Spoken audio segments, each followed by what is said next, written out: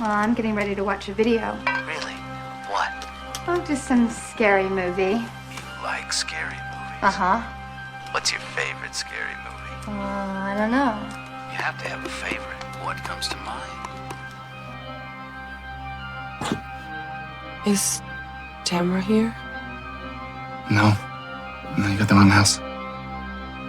You sure? Yeah. I'm sorry.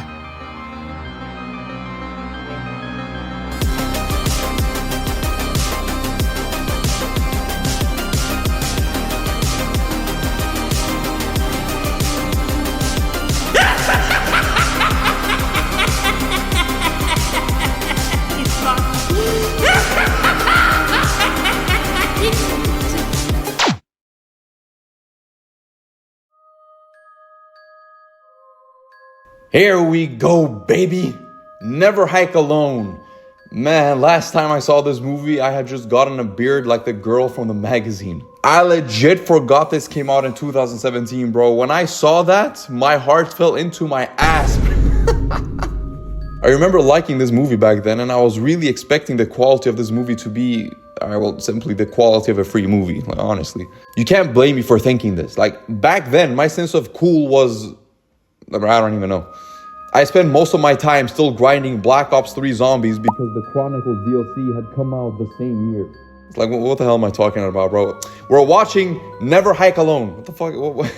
This free, fantastic movie was made by Womp Stomp Films with a budget of $18,000, bro. Like, that reaction is gonna make sense later. They were actually meant to use $13,000, but they overshot. Now, I don't know what they overshot on, but I am so glad they didn't compromise. Released in 2017 and written, directed, and acting contributed by the legend Vincent DeSanti. This movie was released for free on YouTube for anyone to watch anywhere, anytime.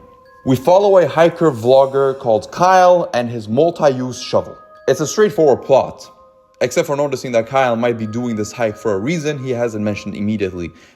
But it doesn't take long for him to reveal the reason he's doing this hike. He feels like he's being watched almost his entire hike until he stumbles upon a mystery camp. This movie was basically made for the purpose of, we love Friday the 13th, we love the characters, and so do millions.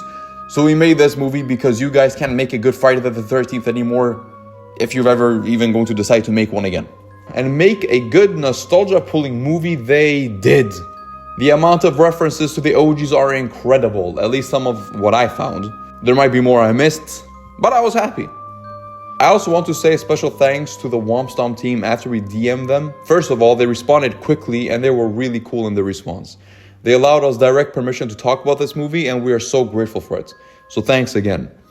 Now with all this out of the way, how many references did I find?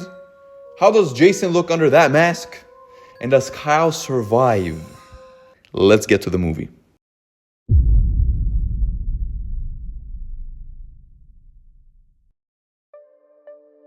The first thing we see is this disclaimer thanking us for watching the movie. The pleasure's all ours. We then hear music with the classic Friday the 13th sound in the back.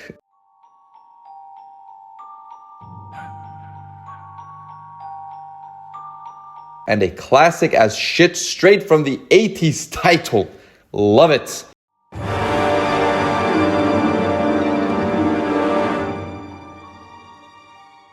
The music, which is by Ryan Perez Dapple, I'm really sorry if I said that wrong, by the way, I'm so sorry, doesn't stop. We get these beautiful eagle eye shots before the man Vincent DeSanti pops up on the screen, like Jason Voorhees himself. Oh, he literally is Jason Voorhees. Okay, never mind. The music comes to an end and we're introduced to the main character. Hey everyone, Kyle McLeod here, checking in on another glorious backcountry adventure. Kyle is vlogging because he's cool, and vlogging was gold on YouTube back in 2017, and if you don't know that, you're too young. Why are you even watching this movie with us? It was like finding a new trend. Everyone was doing it. He gives some advice on how to tackle the road he's about to hike, and he does his signature outro. For now guys, I'll see you at the top. Kyle out. Cal out? What the hell is a Cal out? We get this Rocky Balboa montage of Kyle running through this beautiful nature. I mean, look at it. The cinematography in this movie all throughout is fantastic. Some high-budget movies don't even do this good a job. Kyle makes it to this beautiful spot where he watched the sun set, and this is where he goes out to set up camp for tonight. He talks to the camera a bit and does the classic outro. Kyle, What is he saying? Kal-El? Superman? To finish off his night, he makes sure to sponsor this shovel right here, because Kyle needs to eat. And like every YouTuber who doesn't check the reliability of a product because of desperate means and measures, he himself thinks, seems like a piece of shit to me.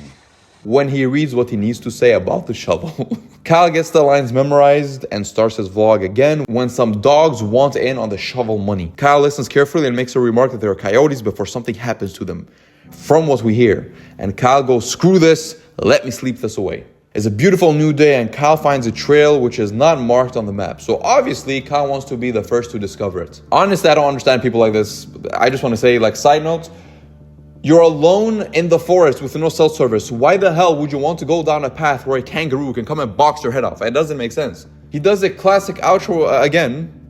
Kyle out. Like, Kyle out? Oh, he says, oh my god, bro. He says Kyle out. Kyle out. Oh my god. It's not my fault, right? A person who thinks all the time. Alright, let's go. Now the movie starts. Oh, never mind. There has to be a no trespassing sign. Okay. We see the POV of Kyle's, well, I suppose, ex-girlfriend before she disappears. Damn, Kyle, your standards are really low, buddy. Now the movie starts. Kyle can't shake this feeling that someone is watching him and following him, especially because the person following him has elephant feet. He finally makes it to the lake. Oh yeah, buddy. Get ready to be obliterated, Kyle.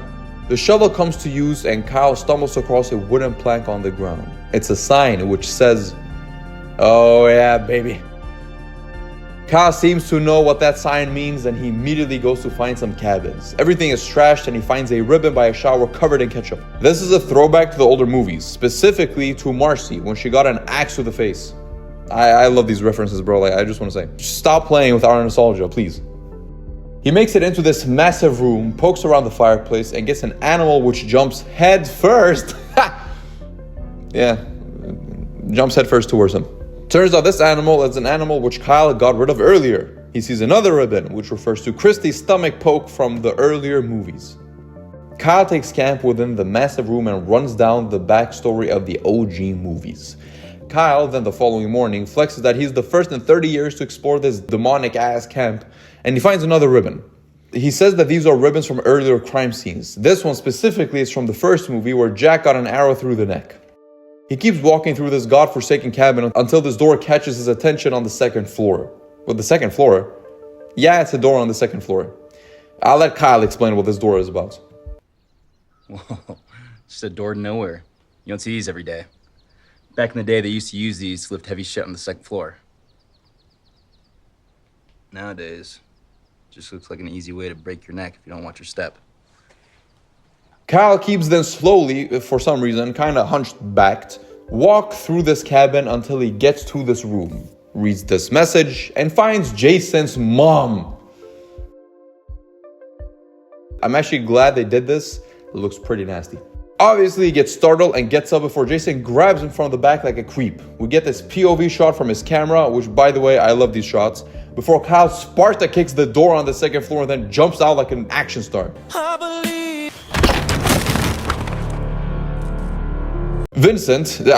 Jason, finally attacks the way we remember him, and we get a reveal of how he looks. Brutal, that's how. Kyle, having prepared fighting Jason in his mind ever since his brother scared him with these Camp Crystal Lake stories, Mike Tyson's Jason until Jason pulls a "you hit like a bitch." You hit like a bitch. Jason makes Kyle fly, Jason versus Freddy style, before hurling the axe, trying to give Kyle the same treatment as Marcy. Jason goes, well, what the hell am I doing with an axe? And he grabs his machete. We get a classic falling over while running from Kyle. He gets this nasty cut, and then he hears Jason's theme, which makes him run away again. Another close encounter almost costs Kyle his entire leg. He gets away from Jason, and nighttime rolls around. Because he's injured, and obviously he has none of his equipment anymore, he can't set up camp. He does a "if you find this video" recording, where he says that Jason is real. Even with a busted leg and no light, Kyle soldiers on in the night and finds another ribbon which refers to Bill. If you know the kill, you know it. I'm not going to explain it. I don't want to get demonetized. He makes a risky move to find his supplies and Jason's magazines, but for some reason, Jason is having a late night shift patrolling the camp. We get a long scene of Kyle patching up his busted knee before he suits up and goes for the exits. But hold up, Jason ain't letting you disrespecting his mama go so easily.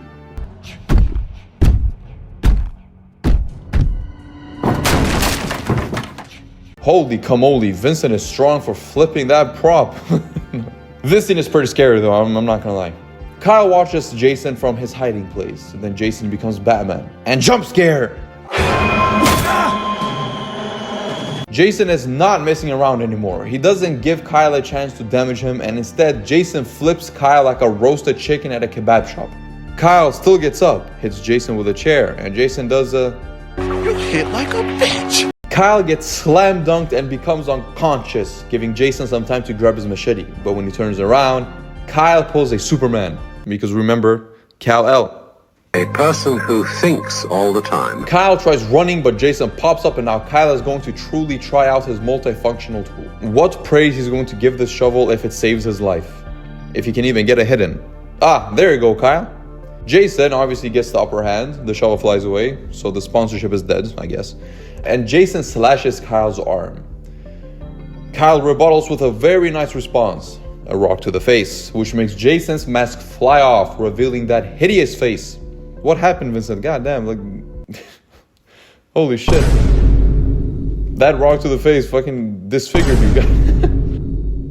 Being self-conscious, Jason is not chasing Kyle while exposing his mole-rat-looking face, giving Kal-El a chance to escape from his kryptonite. Ugly faces, just like his ex-girlfriend had. Kyle grabs the axe from the earlier axe toss, suits up again for the 46th time, and gets impaled. Looks like they traded because Jason also got impaled at a much worse place. They both fall down at the same time. Nice. And Kyle reveals that the penetration wasn't equal because his hiking manual saved him from some blood loss. Being victorious, Kyle slowly walks away, but he can't walk away fully without looking back like a romantic. And he sees Jason grab the axe from his neck. Of course, being freaked out, Kyle says, Fuck this. And runs away. He runs through the night, and in the morning, he makes it down to some water where he washes his face. He thinks he hears something and turns around, seeing another ribbon, which refers to none other than Jason's mom, the OG gangbanger on the block. Before Kyle turns around, Jason pulls an OG baby Jason from the water and grabs Kyle's head. Finally putting an end to Kyle and this journey and marking our first very brutal and only kill. Oh, it was just a dream.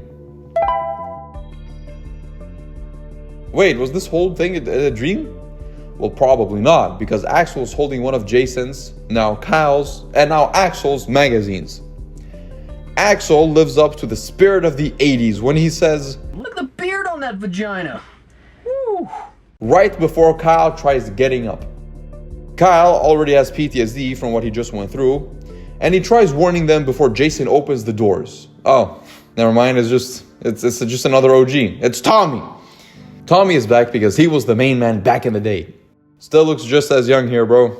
Tommy senses the creeps just like Kyle, because he has that experience.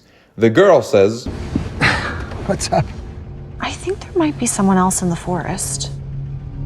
Are you sure? It was something the patient said when he was awake. I don't think he was out there alone. The guy didn't sound all there from where I was sitting. Yeah, I know, but I've never seen anyone that scared before. And Tommy relates heavily. Tommy calls for backup and then sees what he knew he suspected. There's some struggle outside and Axel makes a hero move. Hey, man, what are you doing? Let him go. Axel? Let go. Hey, man, put him down. Axel, are you okay? Shit. Axel, what's happening? Which results in Axel not being able to see that beard anymore. And also marking our first official death. Kyle can't do anything because he's in some BDSM trap and they gave him some gateway drug to the 6th dimension, so he just watches as the girl gets pulled out of the van against her consent.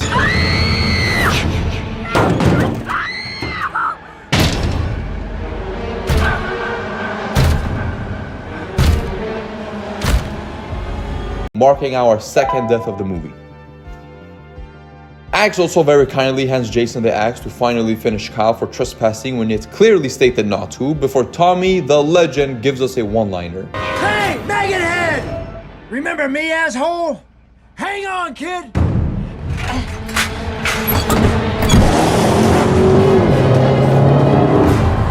And pulls off. Jason, being Jason, just slowly walks towards where the car drove. It looks really silly. And the next thing we see is the title again, marking an end to this movie.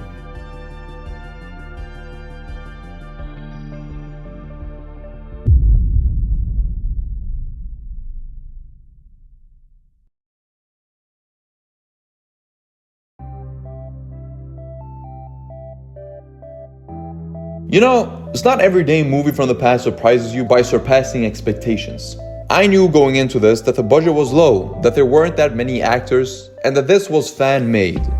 Put simply, for being a free and short movie, every aspect of the experience was great, especially the acting. I was expecting something way worse, I'm not gonna lie. Let me get into the rewards. 2 people got officially shot down in this movie, Axel and the girl. I'm sorry, I don't remember her name. I don't even know if I got her name, I have no idea. The movie was about 50 minutes long, so this was fine with me, especially because the entire movie was suspenseful up until the first death. Starting with the top of the tape prize, the best death goes to Axel. It was a pretty decent death, being able to see the axe on his chest, and seeing such a clear view of him before he succumbed. The 0 body credit prize for the worst death goes to none other than the girl. This death was bad. Like, I don't know what to say. I mean, look at it. That was literally it. As for the kill scale, what we rate this movie, it gets an 8. This movie set out to be a fan-made film from a classic. It set out to make a movie which respects the characters and the overall lore. I think it succeeded in it very well. As for the ending, I think it could have been more fleshed out and not so abrupt.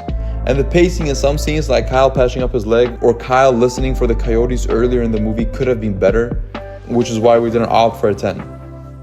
The dummy prize for dumbest character has to go to Axel. Look, I saw his vision, but going head first like that just because of an adrenaline rush is pretty stupid. As for the leader spills, i.e. the gore level, I think it lived up to the Friday the 13th standards. Kyle's busted knee, the damage he took throughout, Axel, Jason getting injured, and the nightmare that Kyle had, all of this made for a pretty good liter spilled. Well done, 7 out of 10. And that's it. Never Hike Alone released October 2017, which is like holy shit, 8 years ago, and has had 2 other movies spawn from it since then. We will also cover those movies here if we get the approval. And I'm excited because I've never seen any of the 2 other movies before. So I'm going to go and check them out before the next episode, so for research purposes. I'm not gonna watch the whole thing, I promise. So we'll see you then.